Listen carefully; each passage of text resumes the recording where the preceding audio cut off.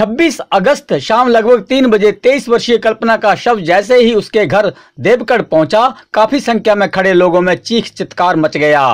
अस्पताल प्रशासन द्वारा की गई कोताही की खबर आग की तरह फैल गई, जिसके चलते वहां मौजूद परिजनों और रिश्तेदारों में भारी गुस्सा था। वहीं दूर दराज से भारी संख्या में पहुंचे लोग भी कल्पना की मौत को पचा नहीं पा रहे थे। हर कोई अस्पताल प्रशासन को कोस रहा था और कह रहा था कि पैसे की संधि भूख में लोगों के जीवन से किस तरह खिलवाड़ किया जा रहा है, जबकि अस्पताल के डॉक्टरों की हृदय गति रुक जाने से हुई मौत की दलीलें किसी के गले नहीं उतर रही थी। कहते हैं होने को टाला नहीं जा सकता, जो होना था वह होकर ही रहा। और हंसते खेलते रंग बिरंगे परिधानों में सजकर 3 साल की निहारिका व 1 साल की प्रियांशी को अपनी सास के पास 2 दिनों की मोहलत लेकर गई कल्पना सफेद चादर में लिपटकर घर पहुंचेगी, किसी ने सोचा नहीं था।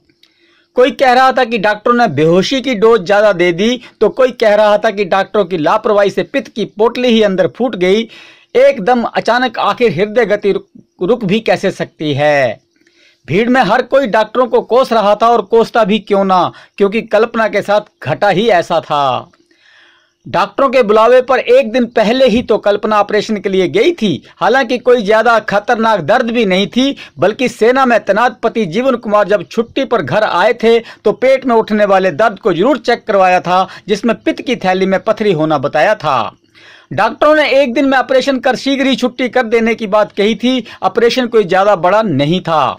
फौज में तैनात पति के ड्यूटी पर लौट जाने के बाद 25 अगस्त को ऑपरेशन के लिए आए डॉक्टरों के बुलावे के बाद कल्पना ने शरीर में बैठी बीमारी को निकालने का मन बना ही लिया। कल्पना ने घर में दुधमुही प्रियांशी से 3 साल की निहारिका को अपनी सासू मां के पास छोड़ा व भाई के साथ जाकर ऑपरेशन करवाने की ठान ही ली, ताकि शरीर में पनप रहे रोग पर समय रहते काबू पाया जा सके। सोचा था कि 1 ही दिन की तो बात है, जैसे तैसे बच्चियों को सासू मां संभाल लेंगी और दूसरे दिन आकर बच्चों को वह खुद संभाल लेंगी। यही सब सोचकर कल्पना 25 अगस्त को ऑपरेशन के लिए नदौन के निजी अस्पताल गई, मगर वापस अपने पैरों पर नहीं लौटी। 26 तारीख पोस्टमार्टम के बाद कल्पना का शव जैसे ही उसके घर पहुंचा तो वहां काफी संख्या में लोग जमा थे। शव के घर पहुंचते ही सगे संबंधियों में चीख चत्कार मच गया, जबकि देर शाम होने के चलते पूरे विधि विधान के साथ पैतृक शमशान घाट पर क्रियाक्रम किया गया, जबकि कल्पना के जेठ के बेटे ने मुखाग्नि देकर कल्पना को इस संसार से विदा किया। इस सब के बीच कल्पना की 3 साल की बच्ची निहारिका को कल्पना की एक छोटी सी झलक ही दिखलाई गई, जिससे वह कुछ भी समझ नहीं पाई कि मम्मी को हो क्या गया है। निहारिका को मम्मी के साथ किया जा रहा कुछ अजीब बर्ताव आज उसे समझ नहीं आ रहा था। क्यों मम्मी को इतना सजाया और संवारा जा रहा है, जबकि मम्मी है कि टस से मस नहीं हो रही है, बस गहरी नींद में सोई है। कल जब मम्मी गई थी तब से ही दादी बोल रही थी कि मम्मी चीजी लेकर आएंगी। मुझे तो कुछ भी समझ नहीं आ रहा है। कल से प्रियांशी दूध को तरस रही है, ऐसे तैसे उसका पेट भरा गया, जबकि मम्मी को चिंता ही नहीं है। आखिर मम्मी इतना लापरवाह कब से हो गई है। वो तो प्रियांशी की एक चीख सुनते ही दौड़ी दौड़ी उसके पास चली आती थी।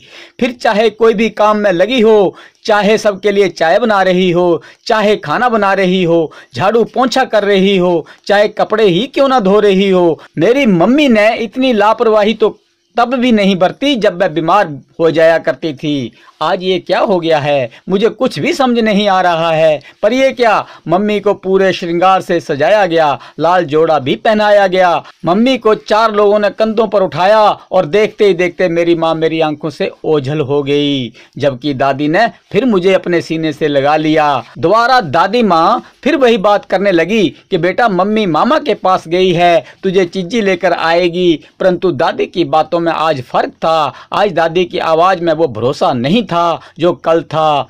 कल दादी ये बात बड़े भरोसे से बोल रही थी, तो आज दादी का कंठ रो रो कर ये बात कह रहा था। दादी के चेहरे के हाव भाव भी अलग थे, जिससे मुझे लग रहा था कि मेरी मम्मी शायद अब मेरे लिए चीची लेकर कभी नहीं लौटेंगी। मेरी छुटकी बहन प्रियांशी को अपनी छाती से लिपटा कर दूध नहीं पिलाएंगी। जो लोरी गाकर छुटकी को सुलाती थी, शायद अब वो लोरी भी नहीं सुनाएंगी। मम्मी की एक नहीं बल्कि कई बातें आज अटपटी लग रही थी, क्योंकि मम्मी आज रोती चीखती प्रियांशी को दूध दूध पिलाने तक को नहीं उठी थी। पहले तो भागी भागी अपनी छाती से चिपटाकर प्रियांशी को लोरी गाकर सुला देती थी। आज प्रियांशी के रोने की तेज किलकारियां भी मम्मी को उठा नहीं पाई। ना जाने मम्मी को क्या हो गया। पहले सारे काम छोड़ देती थी मगर प्रियांशी को अपनी छाती से चिपटाकर दूध पिलाना नहीं भूलती थी। मुझे क्या चाहिए, मेरी दादी को क्या चाहिए, मम्मी को सब ख्याल रहता था।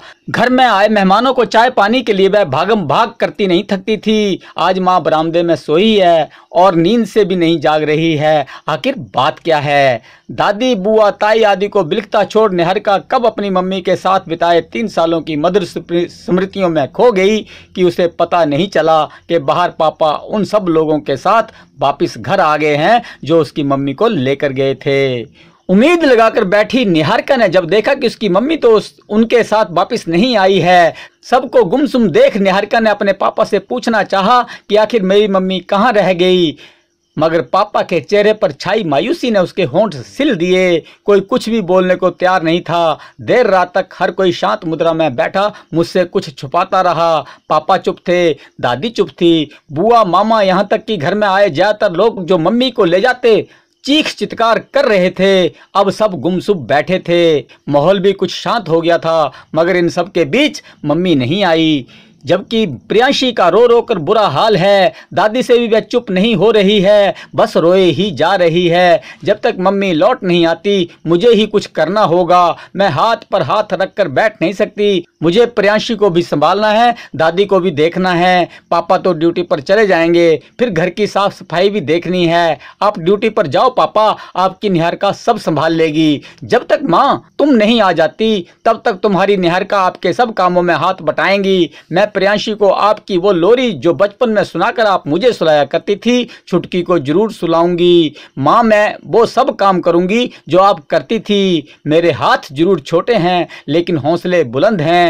हर हाल में कैसे जीना है ये आपने मुझे कई बार समझाया, परंतु तब मैं समझ नहीं पाई थी। अब मुझे समझ आ रहा है। मैं आपके सब काम पूरे करूंगी, बस आप जल्दी आ जाओ मम्मी। आपकी एक झलक को तरसती तुम्हारी छोटी सी निहारिका।